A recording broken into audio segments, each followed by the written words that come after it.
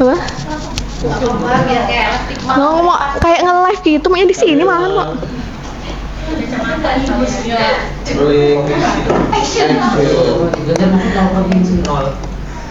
Baik, assalamualaikum warahmatullahi wabarakatuh. Waalaikumsalam warahmatullahi wabarakatuh. Tabipun. Alhamdulillah kita kembali lagi di acara kita yang kedua, yakni kajian tematik Ramadan, yang mana pada kesempatan pagi hari ini akan langsung diisi nanti oleh pemateri kita. Sebelumnya kami ucapkan terima kasih kepada Ustadz-Ustazah yang sudah hadir di ruangan untuk mengikuti kegiatan kajian tematik ini.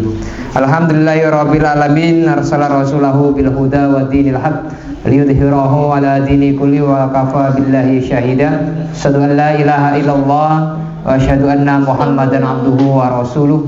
La nabiyya wa rasula ba'da. Maqadu qala rabbi israh li sadri wa yassir li amri wahlul 'uqdatam min lisani yafqahu qawli, amma ba'du.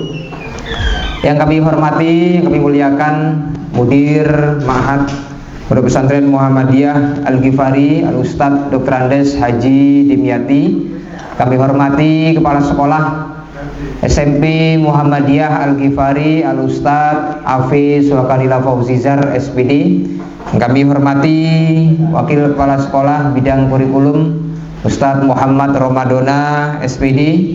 Yang kami hormati Ustadz-Ustazah, Kepala Kaur, Kepala TU, para wali kelas, dan hadirin para ayah bunda yang hadir pada kesempatan pagi hari ini melalui live IG, Instagram ataupun YouTube yang diselenggarakan oleh SMP Muhammadiyah Al-Ghifari.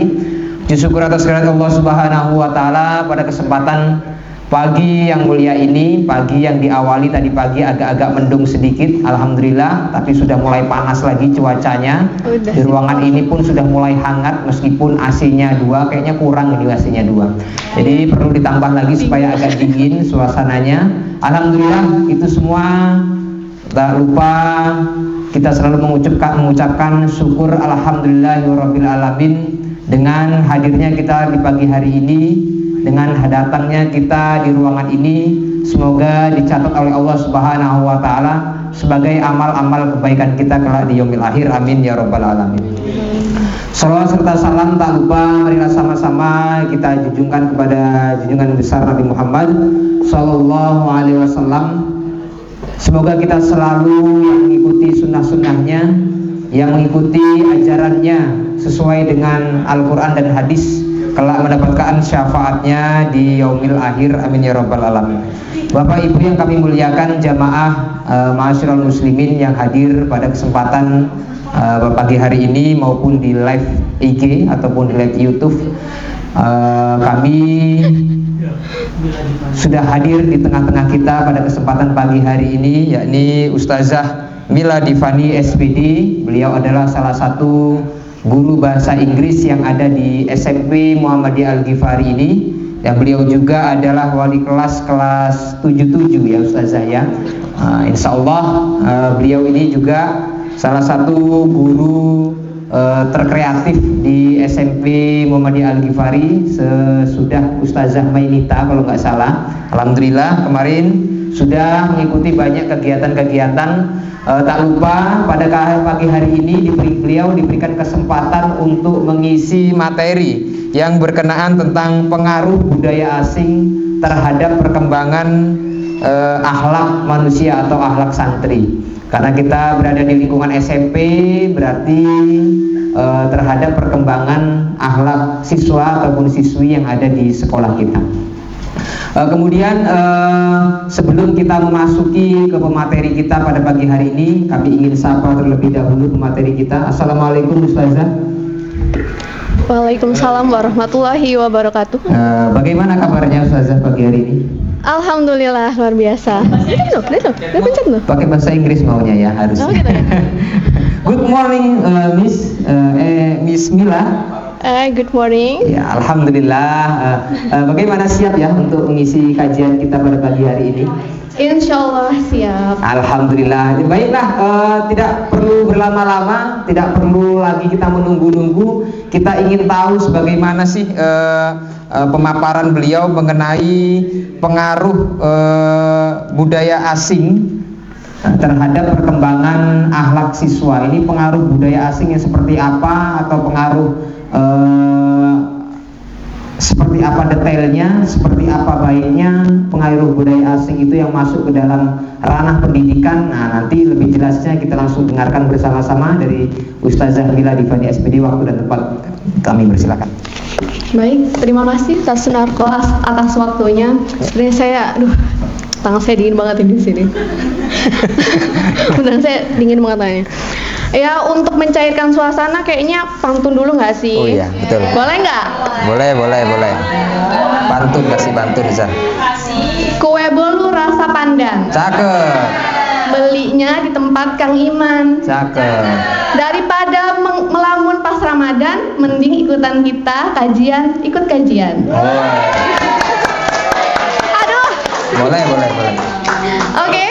Assalamualaikum warahmatullahi wabarakatuh.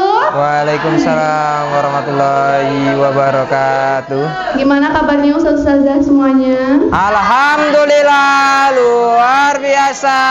Alhamdulillah, genggam akhirat, Allahu Akbar. Ini kenapa nggak kompak ya? Ya udahlah ya, nggak apa-apa. Oke, Bismillah, Alhamdulillah, wassalatu wassalamu ala Rasulillah, la haula wala quwata illa billah wa. Assalamualaikum. Kenapa sih? Kurang turun. Oh gitu.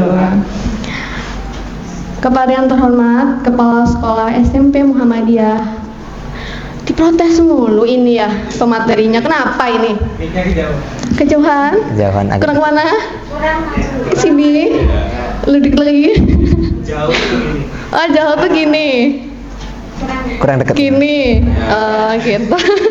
Saya digangguin mulu ini ya. Iya, grogi banget ini. Baru pertama kali soalnya ya. Diulangi lagi nih berarti. Ya. Ini bikin repot yang edit ini ya. Oke, kepada yang terhormat Kepala Sekolah SMP Muhammadiyah Al-Ghifari Ustadz Afes Wakanila Fauzizar SPD, yang terhormat Wakil Kurikulum Ustadz M. Romadona, maaf ya kok salah nyebut nama, M. Romadona SPD, dan Wakil Kesiswaan Ustadz Sunarto Ribudiani MPD, serta yang terhormat Kaur Personalia dan Kepala Bidang dan Kepala Ruangan, serta Ustadz-Ustazah semuanya yang insya Allah dirahmati oleh Allah Subhanahu wa Ta'ala. Tak pernah berhenti kita memuji kebesaran Allah Subhanahu wa Ta'ala yang telah memberikan kita kenikmatan yang berlimpah, kekuatan yang tiada batas, yang apabila kita itu menilainya dengan materi yang ada pada manusia itu tak akan pernah bisa membayar seberapa besarnya nikmat yang diberikan Allah kepada kita. Dan tak lupa kita juga mengucapkan sholawat serta taslim kita kepada Nabi kita Muhammad Sallallahu Alaihi Wasallam, manusia terbaik, suri tauladan terbaik yang apabila siapapun yang mengikutinya pasti hidupnya akan lebih tenang dan bahagia. Oke, pada kesempatan kali ini saya akan membawakan kajian dengan tema pengaruh budaya asing terhadap perkembangan akhlak anak atau akhlak santri ya. Seperti yang kita tahu bahwa sekarang kita itu sudah berada di era globalisasi yang dimana informasi, teknologi itu dapat diakses dengan sangat mudah di mana saja, kapan saja, bahkan setiap detik, setiap menit kita itu bisa memperoleh informasi terupdate dan terbaru yang ada di dunia ini. Bukankah begitu, Ustaz Ustazah? Betul. Kan? kita balik dulu ya, karena butuh lihat juga. Nah, karena begitu pesatnya informasi yang dapat kita peroleh, dan dengan seperti itu juga kebudayaan asing itu sangat mudah masuk dan sangat mudah kita dapat mengaksesnya. Kalau zaman dahulu ketika zaman Nabi Muhammad itu kebudayaan itu bisa masuk dengan proses yang sangat lama karena melalui jalur perdagangan, bukan begitu Ustaz? Ya, betul. Ya, seperti itu kan. Kalau sekarang kita tidak perlu seperti itu karena kita bisa melihat di gadget kita masing-masing ya, seperti Bapak Ibu sekarang sedang melihat gadgetnya masing-masing, bukankah gitu ya? Kan? Sedang mencolek-colek HP-nya, sedang mencari informasi atau sedang chattingan dengan Sampingnya. dengan sampingnya atau dengan rekan kerjanya yang lain begitu, atau lagi ngomongin saya yang depan, bisa jadi dengan kawan yang lain gitu ya. Astagfirullahaladzim. Astagfirullahaladzim, iya tidak boleh suuzon. Congkel matanya siapa kemarin ya? Materinya Ustazah Eva kemarin. Congkel matanya apa mulutnya? Ini kan yang ngomong mulutnya. Matanya gitu. ya. Matanya. Nah, masuknya budaya asing ke Indonesia itu sangat cepat, bisa kita peroleh melalui media sosial yang kita buka setiap hari. Coba saya mau tanya, ketika bangun tidur yang disapa itu istrinya atau HP-nya dulu yang dipegang? Mohon maaf Ustadz Musli, saya tanya yang sudah berpasangan. Istri, sampai Anda punya istri. Nah itulah. Nah, karena lebih seringnya manusia itu memegang gadgetnya ketimbang berinteraksi dengan orang lain atau orang di sampingnya, maka akan lebih mudah sekali memperoleh informasi, lebih cepat mengetahui informasi yang ada di luar dibandingkan keadaan yang ada di sekitarnya. Betul atau betul Bapak Ibu?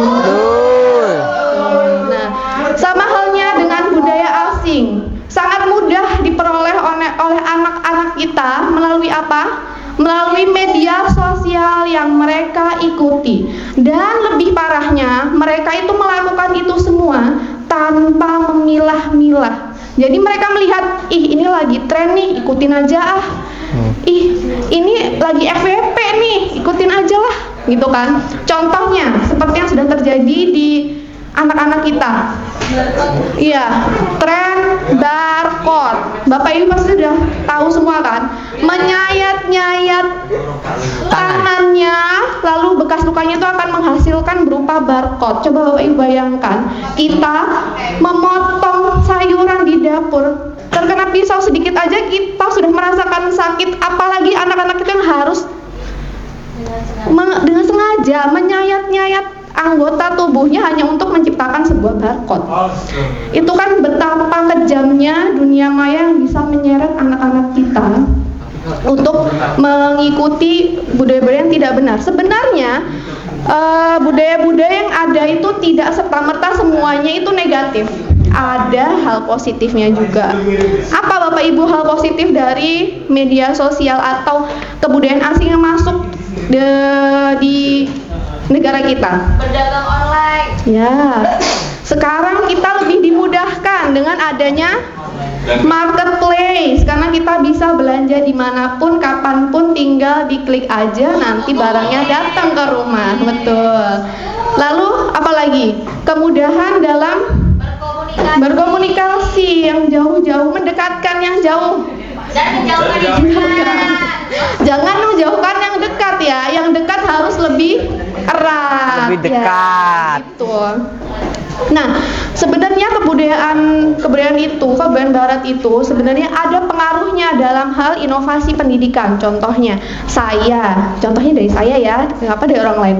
Ya karena saya yang bisa mencontohkan, ngapain harus lihat orang lain kok saya juga gitu kan? Ya nggak sih?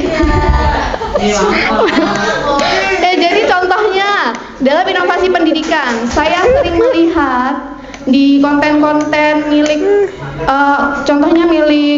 dari luar negeri gitu, sering mereka memposting beberapa tentang bagaimana sih cara menciptakan pembelajaran yang menarik atau memberikan media-media yang menarik. Nah, itu kan bisa sebagai dampak positif dari kebudayaan luar negeri. Oh, di luar negeri ternyata mengajarkan pembelajaran pada anak-anak tuh semenyenangkan ini. Nah, kita sebagai guru pun bisa menerapkan itu ke santri-santri kita, gitu. Jadi kebudayaan barat tuh tidak semuanya buruk, tapi dalam kenyataannya banyak buruknya. Karena yang lebih mungkin untuk usia-usia seperti kita mungkin sudah bisa ya memilah, oh ini tidak perlu kita ikuti, ini tidak baik untuk kita terapkan. Tapi bagaimana dengan anak-anak kita yang masih usia remaja? Apakah bisa mereka melakukan hal-hal tersebut?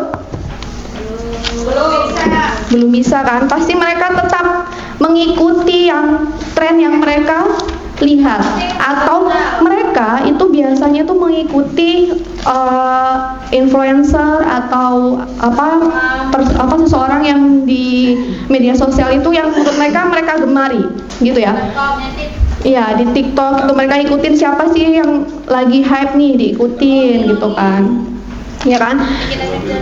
Nah, mereka biasanya tuh mengikuti artis-artis besar atau bahkan ada beberapa yang mengikuti artis-artis Korea atau yang disebut dengan K-popers. Zahmi Nita, gimana kabarnya Zahmi? Alhamdulillah. Nah, kalau Zahmi ini K-popers yang ini loh, yang bisa yang smart, dia bisa memilah-milah karena ya memang Zahnurul juga ya ternyata, iya. Nah, tapi anak-anak kan tidak se-smart Zahmi Nita dan Zahnurul ya. Jadi anak-anak itu hanya melihat contohnya cara berpakaian mereka. Seperti apa cara berpakaian artis-artis Korea? Berpakaian? Kurang baik. Ya, mini sekali. Kalaupun toh anak-anak mengikuti dengan pakaian yang berjilbab, kira-kira cocok tidak? Tidak. Akan seksi sekali ya berjilbab tapi ketat gitu ya. Nah, itu kira-kira sesuai nggak dengan syariat Islam berpakaian seperti itu? Tidak kan? Nah, sangat disayangkan anak-anak tuh mengikuti hal-hal tersebut tanpa mereka tuh memfilternya atau memilah-milah. Bagi mereka, kenapa sih, yang penting kan aku pakai jilbab, yang penting kan ketutup. Tidak seperti itu kan sebenarnya. Kenapa Ustadz Musli? Kenapa? Nah, bahkan remaja-remaja kita itu bahkan sampai mengikuti para influencer atau gamers yang bahkan ucapannya itu tidak sopan. Contohnya apa? Kalau ini biasanya kalau lagi main game tuh biasanya ngomong apa biasanya? Nah, biasanya diucapkan tuh kata-kata yang kotor kan? Bahasa-bahasa yang kurang pantas diucapkan. Nah, bahasa-bahasa tersebut karena didengarkan oleh anak-anak sering, maka akan terbawa di kehidupan mereka sehari-hari. Secara dia langsung ketika ngobrol sama, ini ngomong kotor gitu kan. Masa mau disebutin, nggak mungkin kan di kajian, nggak sopan.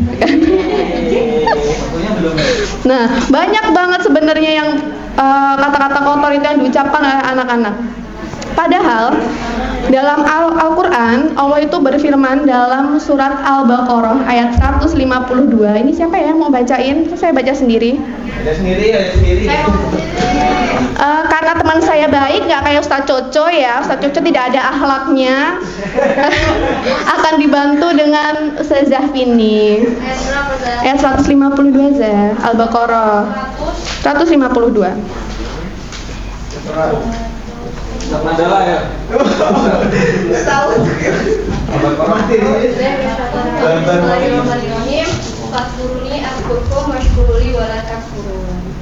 Nah, itu tadi. Maka ingatlah kepadaku, aku pun akan ingat kepadamu. Bersyukurlah kepadaku dan janganlah kamu ingkar kepadamu. Nah, di situ disebutkan pertama adalah maka ingatlah kepadaku, ya kan? Maka ingatlah kepadaku. Gimana sih caranya kita mengingat Allah itu gimana caranya? Dengan cara sholat, berzikir. Dengan seringnya kita berzikir, maka itu akan menjaga lisan kita dari perbuatan-perbuatan atau perkataan-perkataan yang kurang Baik. Nah, yang sering kita lihat tuh anak-anak itu adalah mengucapkan kata-kata kasar, ya kan? Yang dia peroleh dari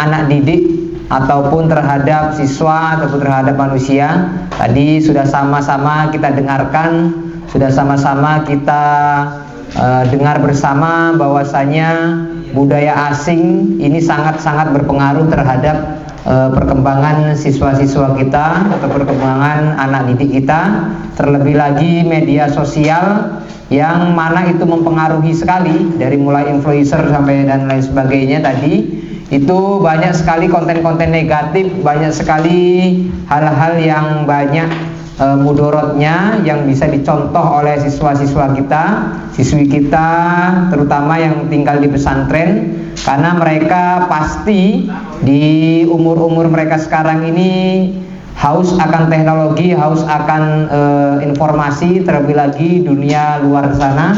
Makanya ini peran kita sebagai guru, peran kita sebagai tenaga pendidik untuk selalu mengawasi, untuk selalu tetap menggiring siswa-siswa kita supaya tetap dalam koridor agama Islam, supaya meskipun mereka dalam berinteraksi, dalam mereka mengakses internet maupun media sosial, mereka tetap dalam pengawasan ustadz-ustazahnya, supaya budaya-budaya asing yang banyak negatifnya tadi supaya bisa terpilah dan terpilih, agar tidak semua mereka konten-konten yang tidak baik itu bisa mereka konsumsi dengan tidak benar. Bahkan banyak juga siswa-siswa kita yang justru malah mempraktekannya, justru malah mereka melakukan, mencontoh dari apa yang mereka sudah lihat dari media sosial. Tapi meskipun begitu, banyak juga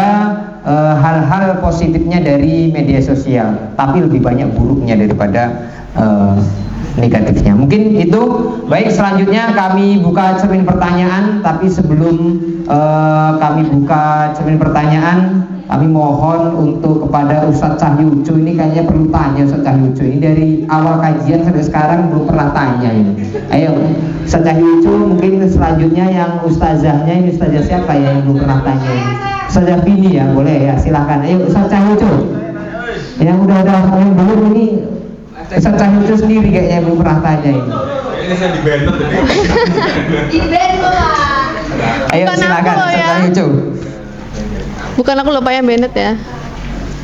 Jangan lama-lama, saya hitung sampai 3 ini. 1. Itu kenapa Ustadz Muslim mempengaruhi ya? Nggak boleh gitu ya Ustadz ya. Kenapa itu Ini pengaruh budaya asing ini. Mau bertanya dipengaruhi budaya asing jadinya. Kalau ini pengaruh dipengaruhi oleh orang Ya. asing kayaknya. Ayo silakan Ustadz Jojo. Kami beri waktu 3 detik. 1. 2, 3 selesai. Nggak boleh. Ustadz Cahyucu perwakilan dari Ustadz Al-Ghifari. Ayo Cahyo coba. Atau Ustadz Zafini terlebih dahulu, boleh lah. Ayo. Itu mic-nya tuh. Itu di situ.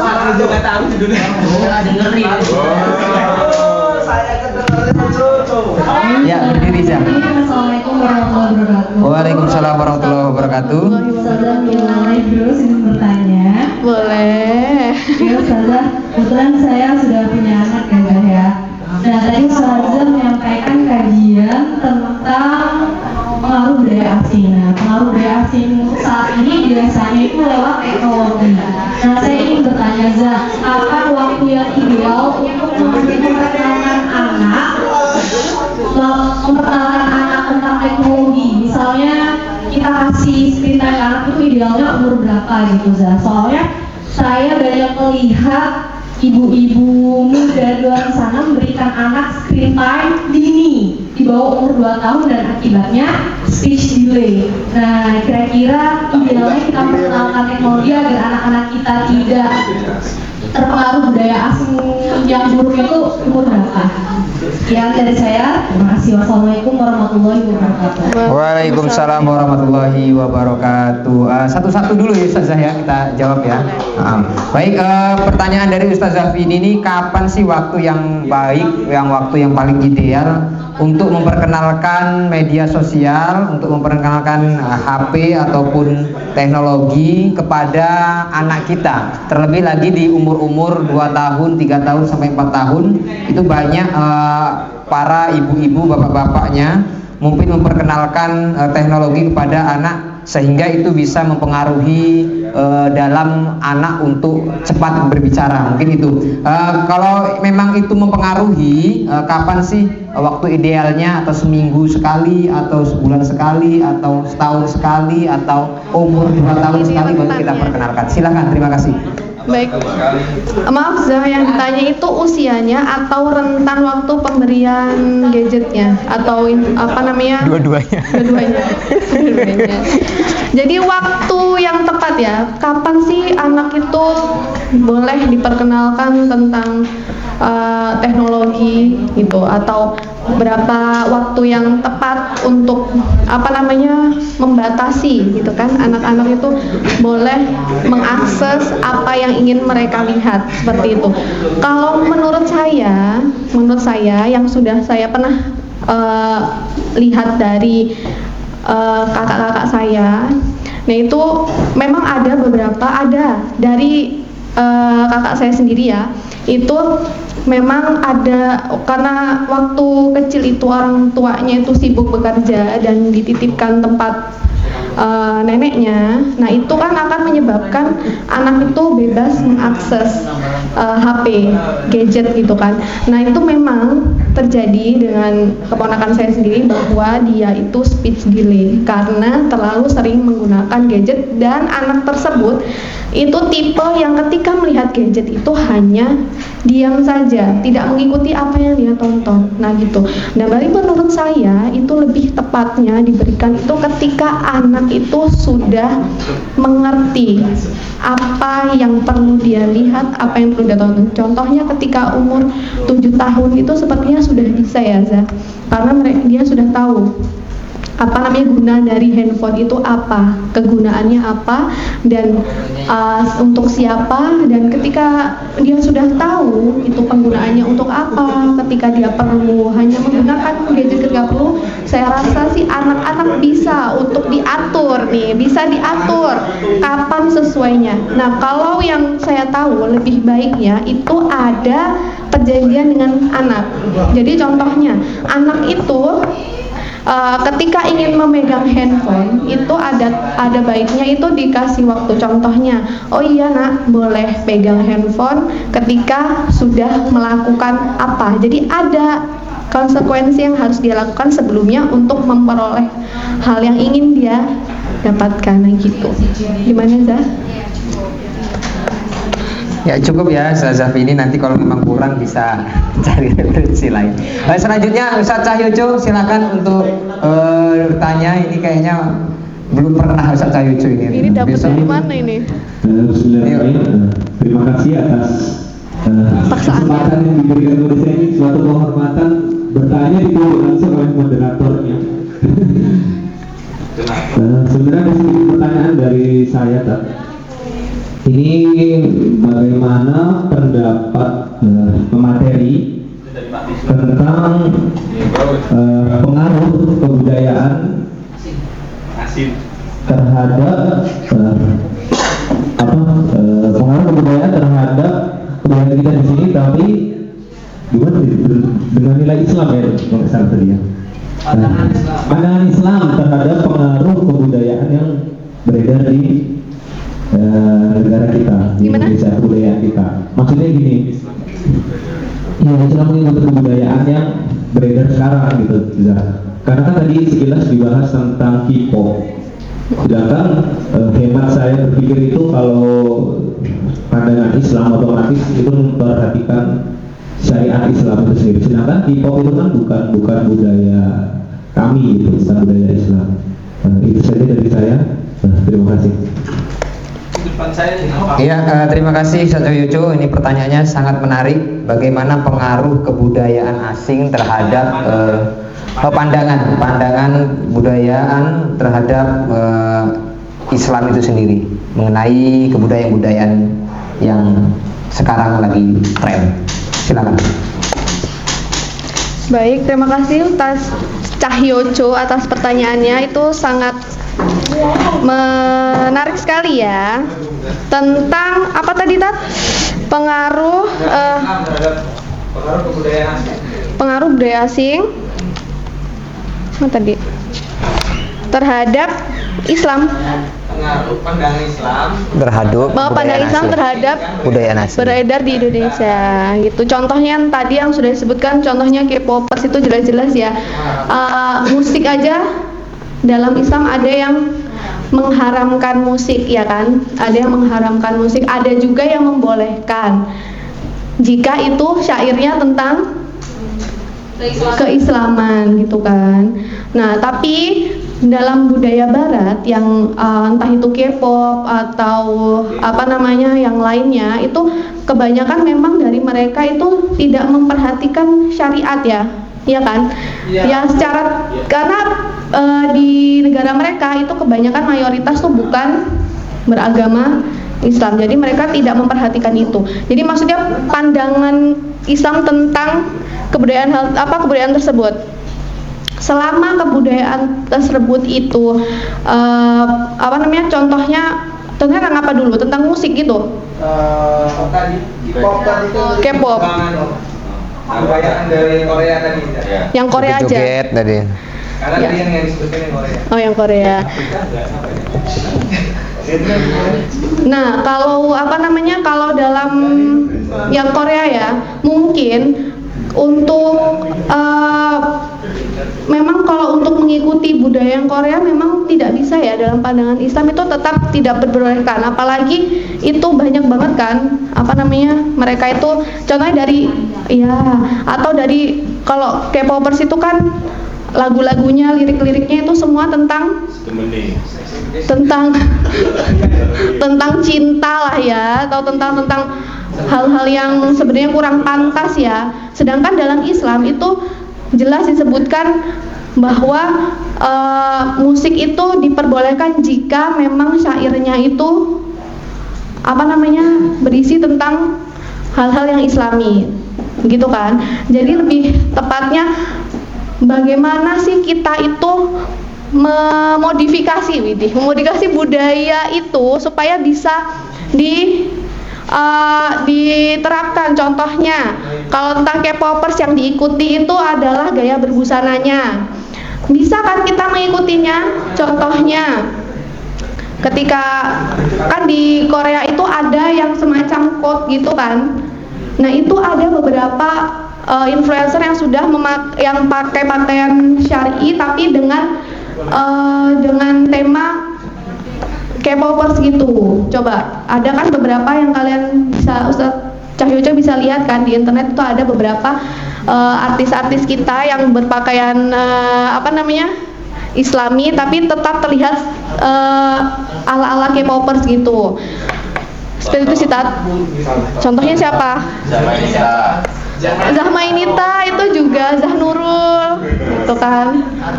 Seperti itu Tat. Mirip Jongkok. Iya. Bagaimana Tat? Apa kurang puas? Minta dipuaskan Tat.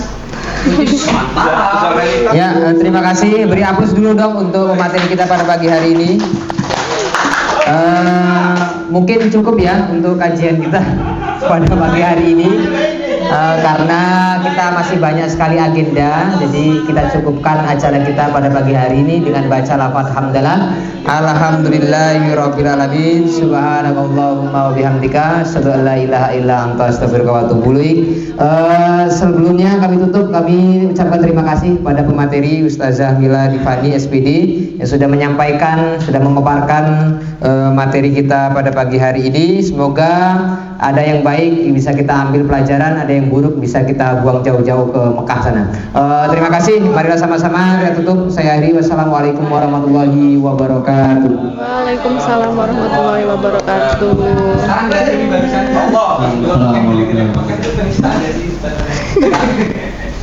Minggir guys. Selanjutnya kami persilakan untuk maju ke depan Ustaz Romdon, Ustazah Nurul untuk kita mulai briefing terkait pelaksanaan PTS, PAS dan panitia. Ustaz Isno, ayo silakan maju dan.